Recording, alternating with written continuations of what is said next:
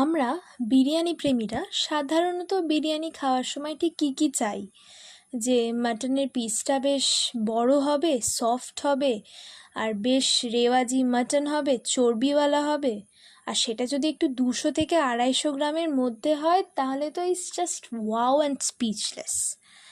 হ্যাঁ, আর আলুটাও অবশ্যই নরম হতে হবে। আফটার অল আলু ছাড়া বিরিয়ানি জমে না। সো সেই দিন এরকমই একটা বিরিয়ানি খেতে আমরা চলে গেছিলাম ডিবাপির বারাসাত ব্রাঞ্চে।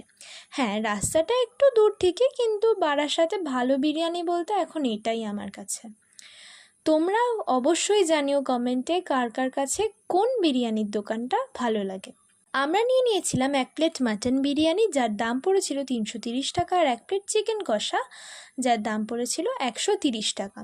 এখানে আরও অনেক আইটেমস আছে, মেনু কার্ডটা দিয়ে দিলাম, তোমরা ভিডিওটা পজ করে দেখে নিও।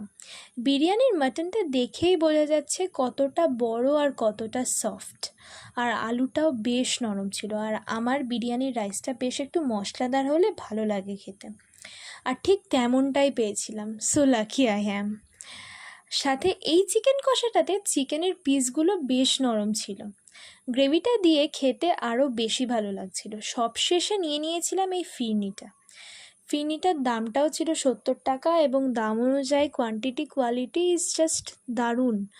আর অন্যান্য দোকানের তুলনায় আমি বলবো এই ফিরনিটা অনেকটা কম দামে পেয়ে গেছিলাম। আর ওপরে কাজু আমন্ডস বেশ ভালো ছিল, খেতেও দারুণ ছিল।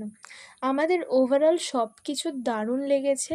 লোকেশনটা হলো এইদিকে যাচ্ছে বারাসাত হেলাবরতলা, আর এইদিকে যাচ্ছে কৃষ্ণনগর, আর ঠিক তার উল্টো দিকে এই স্কুলের নাম হলো KPS or Kalyani public school. Bye. ভিডিওটা ভালো লাগলে please follow, share and like, এবং ইউটিউব থেকে দেখলে চ্যানেলটা প্লিজ সাবস্ক্রাইব করে দিও।